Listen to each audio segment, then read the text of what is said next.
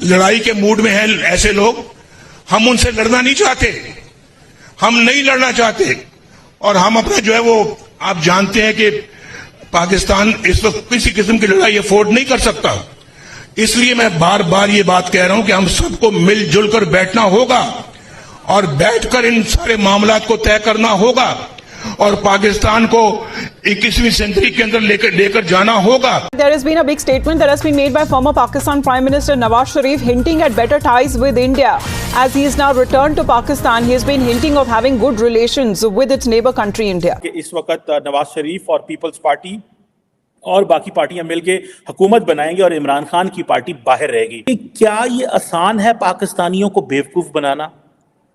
ये कितना आसान है कि आप पाकिस्तानियों को बेवकूफ बना सकते हैं जो करोड़ों की तादाद में लोग आपके लिए वोट दे देंगे। ये पाकिस्तान में जो इलेक्शन है, जाहिर है भारत के ऊपर डायरेक्टली या इनडायरेक्टली असर अंदाज तो होते हैं, पड़ोसी हैं, बड़ा असर होता है कि कौन सा वजीर आजम आएगा, आया कि वो इंडिया के साथ फ्रेंडली रिलेशन रखेगा, आया या वो एक्सट्रीम किस्म की जो है पॉलिसीज बनाएगा, तो बड़ा इफेक्ट पड़ता है। बहुत से इंडियंस कहते हैं हमें फर्क नहीं पड़ता पाकिस्तान के अंदर कौन आया कौन नहीं आया, लेकिन ये मेरा मानना है कि बहुत फर्क पड़ता है। मैंने किसी कंट्री को तरक्की करते नहीं देखा जब तक कि अपने पड़ोसियों से रिलेशनशिप ठीक ना हो। जब तक ये दो चार चीजें नहीं करेंगे आप लॉ एंड ऑर्डर और पड़ोसियों से रिलेशनशिप ठीक नहीं करेंगे, फॉरेन इन्वेस्टमेंट नहीं आएगी। लेकिन आप फॉरेन इन्वेस्टमेंट चाहते नहीं, पूछें क्यों?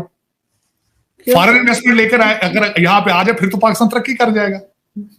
आप तो चाहते ही नहीं, आप तो सिर्फ IMF से पैसे लेके, लंदन से पैसे लंदन ही, अमेरिका के पैसे अमेरिका में रखना चाहते हैं। हाँ, लेकिन पाकिस्तान के अंदर आप पाकिस्तानी अवाम को बेवकूफ बना सकते हैं अगर आप नारे मार के आ जाएं तो।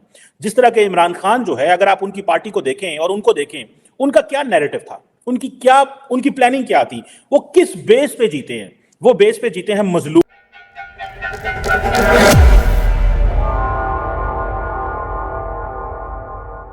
कि कौमी वकार की बहाली के लिए कशकोल तोड़ना जरूरी है। हमसायों समेत पूरी दुनिया से ताल्लुकात इस्तवार करना होंगे। उन्होंने ये भी कहा कि कश्मीर के मसले के हल के लिए भी तदबीर से आगे बढ़ना होगा। मैंने किसी कंट्री को तरक्की करते नहीं देखा जब तक कि अपने पड़ोसियों से रिलेशनशिप ठीक ना हो। जब तक ये दो चार चीजें नहीं करेंगे आप लॉ एंड ऑर्डर और पड़ोसियों से रिलेशनशिप ठीक नहीं करेंगे, फॉरेन इन्वेस्टमेंट नहीं आएगी। लेकिन आप फॉरेन इन्वेस्टमेंट चाहते नहीं, पूछें क्यों? फॉरेन इन्वेस्टमेंट लेकर आए, अगर यहां पे आ जाए फिर तो पाकिस्तान तरक्की कर जाएगा।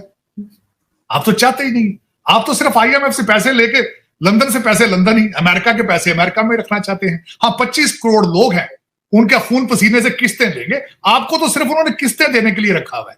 अगर आप मुझे ये बताएं, मैं छोटा सा क्वेश्चन लास्ट, आप ईरान के साथ ट्रेड करें, तरक्की हो जाएगी, स्मगलिंग बंद हो जाएगी। लेकिन आप नहीं चाहते, आप स्मगलिंग चाहते हैं। आप अफगानिस्तान के साथ ट्रेड नहीं चाहते, स्मगलिंग चाहते हैं। आप पता है, सब पता है।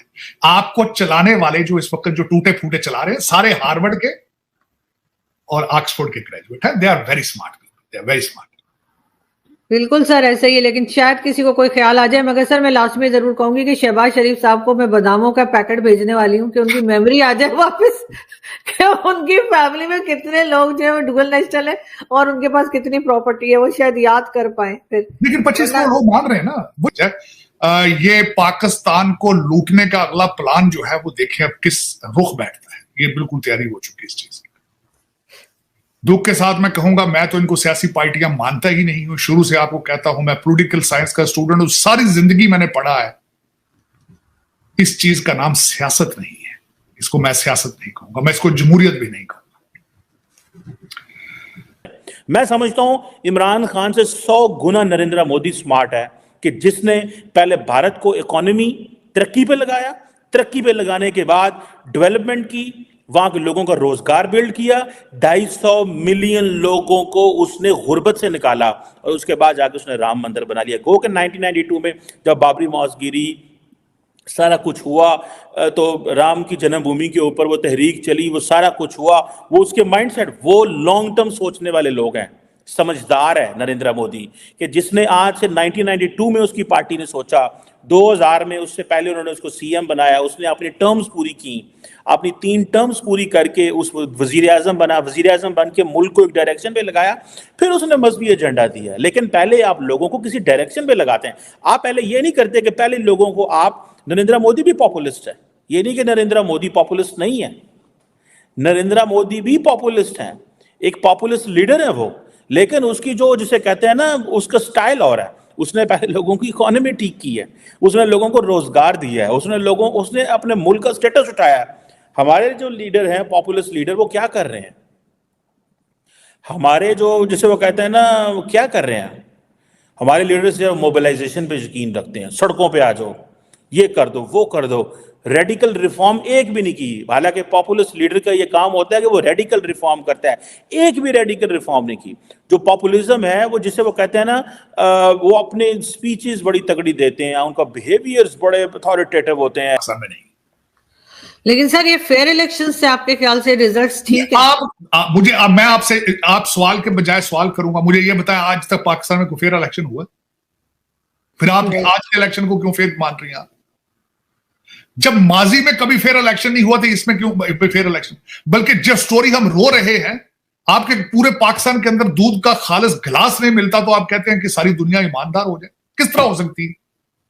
टैक्सी ड्राइवर भी फराडिया है, सब्जी बेचने वाला भी फराडिया है, आपको अखबार बेचने वाला भी फराडिया है। जिसका चांस मिलता है वो फ्रॉड करता है। हां, एक बात है, जब वक्त शाम बैठते कहते पाकिस्तान का मतलब क्या, ला इलाहा इल्लल्लाह, कहते इस्लाम का किला है, इसको कहते हैं रहती दुनिया तक रहेगा, ये नाम इस्लाम के बना था। लेकिन 25 करोड़ लोगों में से मेजॉरिटी फराडी है। तो सर फिर इमरान खान के लोगों को इतने वोट कैसे मिल गए? भाई उनको बेवकूफ चुप रहे, उनको क्या जो दिया है, जिहाद है भाई, अमर बिन मारूफ है। उसके बाद जो दूसरे कई हैं वो लोग कहते हैं 8 महीने से 1 साल ये गवर्नमेंट चलेगी। इसमें जरदारी साहब हैं जिनके पास पैसा बहुत है, जोड़ तोड़ के बादशाह माने जाते हैं। वो कहते हैं मेरा बच्चा बनेगा वजीर आजम, कभी कहते हैं वो चीफ मिनिस्टर फॉरेन मिनिस्टर बनेगा, कभी कुछ बनेगा, कभी कुछ, जो भी बनेगा। इधर से कहते हैं छुरी खरबूजे के ऊपर हो तब भी खरबूजा कटता है, छुरी खरबूजे के नीचे हो तब भी कटता है। कटना पाकिस्तान ने है, 25 करोड़ लोगों ने कटना है।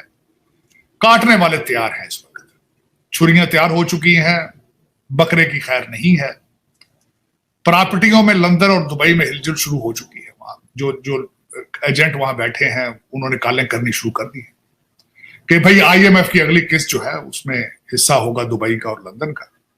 हाँ, एक बात जरूर है जो पाकिस्तान में कहते हैं पाकिस्तान की इकॉनमी के लिए अच्छा होगा, करप्शन के पैसे के हाथ बदलेंगे, कई नए करोड़पति आएंगे, कई जो है नए वकीलों को जो टिकट दिए गए थे इंडिपेंडेंट, उनकी लॉटरियां हैं, जिनके केस नहीं जिनको कोई जमानत का केस नहीं देता था, अब वो करोड़ों